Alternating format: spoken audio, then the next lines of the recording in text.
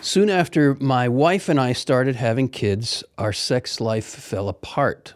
I opened up and told her that I longed for intimacy, but she'd just say that she was too tired or not in the mood. She's even mentioned that I'm too needy and sensitive. We've gone to counseling and a history of physical abuse in her life came up. Do you have any advice? Yes, I believe I do. I want to zoom in on a couple things that I'm seeing in this person's questions. He says, I longed for intimacy, but she'd say that she was too tired, etc. Now, intimacy, we use this often as a substitute for sexual closeness, sexual intimacy in a particular way. Maybe we're uncomfortable saying directly what we really want to say. That's understandable, but I also want to just caution, that can be a euphemism that's hiding something. And I would say to you as a husband to examine your heart. What is it that you're really wanting?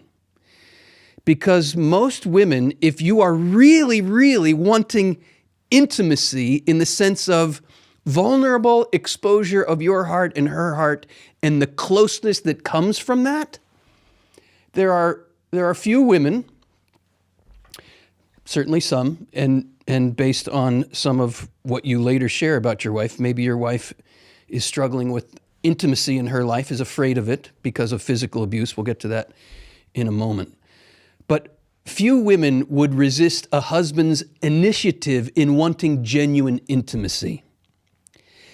And sexual intimacy is legitimate and beautiful and true and right in as much as the physical closeness corresponds to the emotional intimacy as well, right?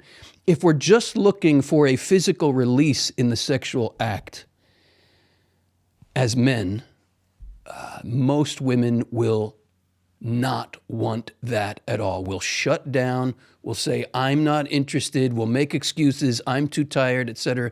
Because over the course of a marriage, she is being really used, right? If you're treating your wife as an object for your selfish pleasure, and if she's in touch with her true dignity as a woman, she's going to recoil from that and make various excuses. I have a headache, I'm too tired, etc., etc. And here, I just want to reference a very important statement from Pope John Paul II in his Theology of the Body. This is, after all, the Theology of the Body Institute channel, right? He made headlines around the world in 1980. It was during a Wednesday audience address that was part of the Theology of the Body, in which he said, Jesus' words in the Sermon on the Mount, if a man even looks lustfully at a woman, he commits adultery in his heart. He says this applies also in marriage. It's not only because he looks lustfully at a woman who's not his wife, but precisely because a man looks lustfully at a woman, right? Marriage does not justify a man treating his wife merely as an object for his selfish pleasure. When John Paul II said this in 1980, headlines around the world, things like this: Pope condemns sex even in marriage. Another article said something like this: well, if you can't lust after your wife, who can you lust after? And the proper response to that question is no one.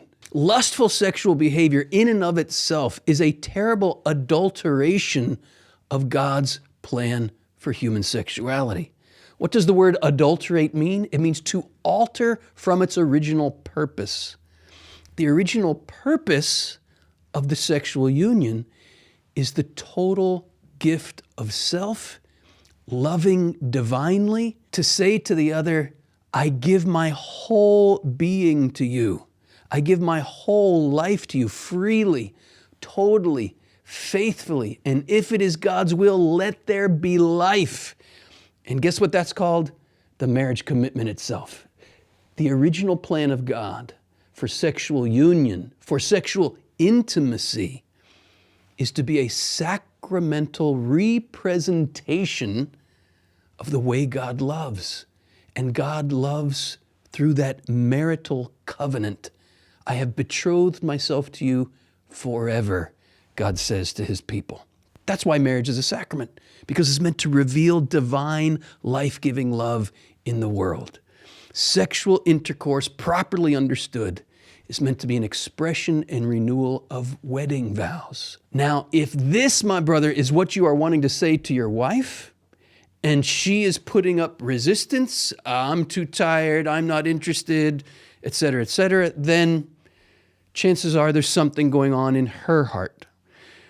But if your heart is like, really, I don't want true intimacy, right? As I once heard it described, intimacy, kind of clever, but also insightful. If we're not being truly vulnerable there in the marital act, right? If we're not really wanting to renew our wedding vows, really express deep affirmation of my spouse as a person, but we have that consumer usurial attitude that we learn in a pornographic culture, her resistance would be understandable.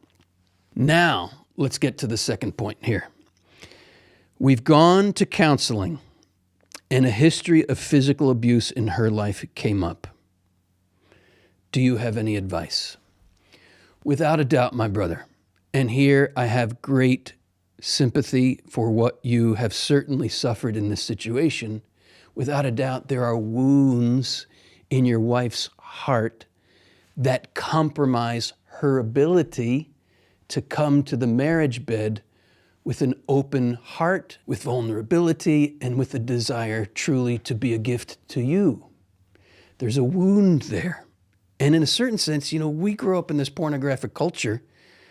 We all have sexual wounds. But when there has been specific physical, sexual abuse, those wounds go very, very deep. And they do compromise a person's ability to enter beautifully, freely, and with joy into the marriage bed. My advice would be, buckle up. It's going to be a long journey, but with God's grace, it's going to be a beautifully healing journey. And I want to recommend to you listening to a podcast that I just listened to a few days ago from a colleague and a friend in ministry, Chris Stefanik, and his wife, Natalie. They were on a podcast with some other friends of mine, Dr. Bob Schutz and Jake Kim, both Catholic therapists. Their podcast is called Restore the Glory. And Chris and Natalie were so beautifully vulnerable in telling the real story of what they've been through in their marriage, and through counseling, uncovering some wounds of physical abuse in Natalie's life. Please, just as a starting point, please, we'll have the link below in the description.